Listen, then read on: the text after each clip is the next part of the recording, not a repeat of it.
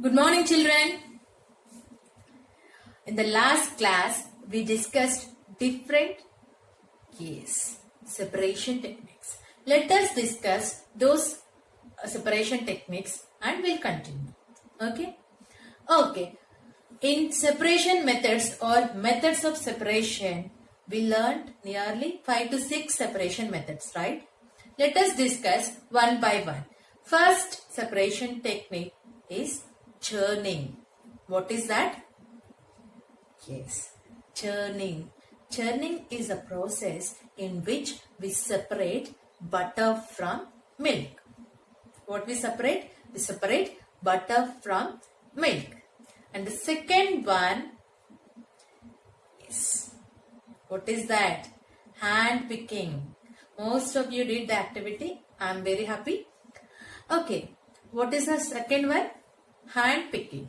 Hand picking is a method in which the larger particles are separated by using hand.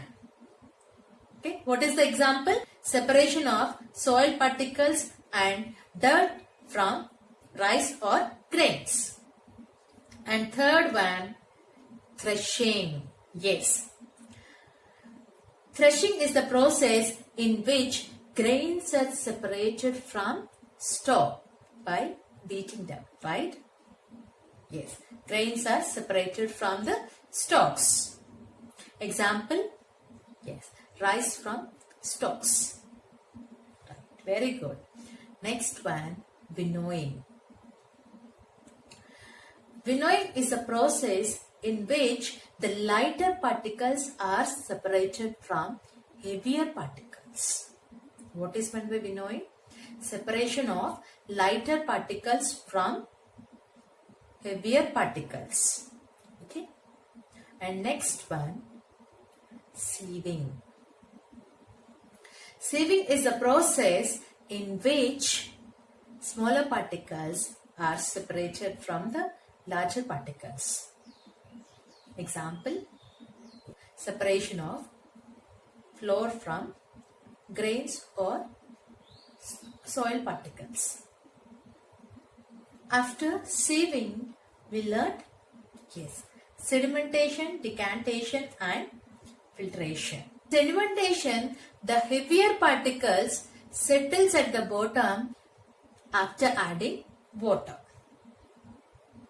Okay, example, sand and water. If we add water to sand, the sand particles settles at the bottom. Next one, decantation. Once the sediments settled at the bottom, we should remove the water, right? Yes. The removal of clear water from sediments is called decantation. Okay. Next, last one, filtration. Here, the process in which dirty solution is allowed to pass through filter paper, where the clear solution easily passes through the filter paper, whereas the dirt particles remains on the filter paper. Okay. Example, separation of tea powder from tea. Let us consider the example of water that we use. Do all of us at all times get safe water to drink? Sometimes water supplied through taps may be muddy, right? The water collected from the ponds or rivers may also be muddy, especially after rains. Yes. Let us see if we can use some methods to remove insoluble impurities like soil from the water. How can we remove insoluble impurities? Let us do one activity. Shall we? Okay. Collect some muddy water. If it is not available, mix some soil to water. Okay. Let it stand for half an hour. Observe the water carefully and note your observations. What you need to do? You need to note down the observations. Children, After that, observe some soil settles at the bottom of the bottle or not. If it settles, why it settles? What you need to observe? Why it settles. And after that, you should identify what will you call that process. Okay? Now, slightly tilt the glass without disturbing the water. What you need to do? You should slightly tilt the glass without disturbing the water. Let the water from the top flow into another glass. What is that process? Yes. What will you call this process? Yes, you need to note down that process also. Next, is the water in the second glass is still muddy or brown in color? You have to check. After that, filter it. How can you filter? So, use tea strainer. It is easily available in your homes. Use tea strainer to filter. Let us try filtering the water through a piece of cloth, because tea strainer is having larger pores when compared to cloth. Have you observed any changes? And note your observations. If the water is still muddy, impurities can be separated by a filter paper that has even small pores. A filter paper is one such filter that has very fine pores in it. So, after reopening, we'll do the same experiment and we'll observe the changes. Then, we'll compare your observations with our observations. Okay, children. Now, we'll do one more activity, that is activity 6. Heat a beaker containing some water. Allow the water to boil. If you continue heating, would the water turn into steam and disappear completely? Okay. Now add 2 spoons of salt to water in another beaker and stir it well. Do you see any change in the color of water? Can you see any salt in the beaker after stirring? Okay. Now heat the beaker containing the salt water. Let the water boil away. What is left in the beaker? Yes. In this activity, we use the process of evaporation to separate a mixture of water and salt. The process of conversion of water into its vapor is called evaporation. Very good. The process of evaporation takes place continuously wherever water is present. What is meant by evaporation? Evaporation is a process of converting liquid into gas or vapor by increasing the temperature. Okay?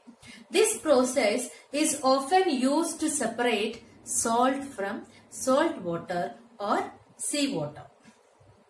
Seawater has a number of salt particles. They construct shallow pits, generally they called as evaporation ponds. Shallow pits or evaporation ponds are constructed and salt water is allowed to stand in those pits. After some time or after few days, the water gets evaporated, leaving behind the salts. Common salt is separated from this mixture upon further purification. Once the water is evaporated, the water gets evaporated, we get salt. So that they'll send to purification method. Okay, children.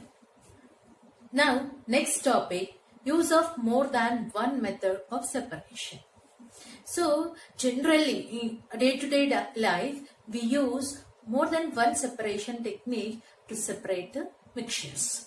Often we are faced with mixtures and solutions that cannot be separated by use of a single separation method, right?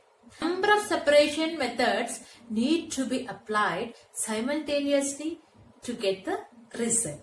For example, take salt and sand mixture. Can we use hand picking method to separate? No. Winnowing? No. Threshing? No. What we need to do?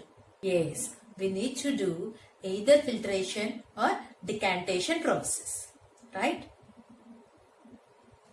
We'll check how can we separate salt and sand mixture. First, take a beaker and add water to the salt and sand mixture. What will happen? When we add water, the salt dissolves in water and the sand particles settles at the bottom, right? And this can be separated from the salt solution with the help of filter paper. Gently pour the salt solution in another container by using filter paper. Now we separated salt from sand. Next, what we need to do? We need to separate salt from water, right? What is the method we are using? Yes, exactly, evaporation method. Evaporation and condensation method we are using. Once the sand is separated from the salt solution we need to heat. While heating the solution, we can observe the vapors or steam starts to rise from the vessel and leaving the salt particles. Right? If you want to collect the water, we need to do condensation process. If we collect the water drops, that means what we need to do? Yes, we should keep a metal plate which has some ice on it. The steam come in contact with metal plate, then it converts into small drops of water which we transfer to another container. So what we are doing here, once again I am telling children, first we need to add water in salt and sand solution. Salt easily dissolves in water. Once salt dissolves in water, we can separate sand from salt solution by using filter paper. If you pass the sand salt solution through filter paper, the salt solution separated from the sand and the sand left over on the filter paper. Next, once we get the salt solution, if we heat the salt solution, what will happen? The water molecules gets evaporated, leaving the salt particles. So there we get salt. If you want to collect those water molecules also, what we need to do?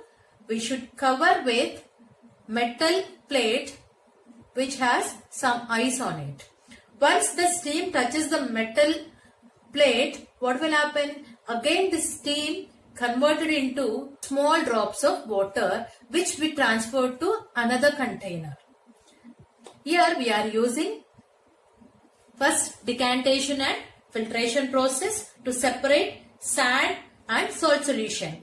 Next one, we are using evaporation and condensation to separate salt and water. Here we used 4 techniques. So in everyday life we are not using single separation method to separate mixtures. We are using number of methods. Okay children, with this we completed few separation methods. In the next class we will discuss few more.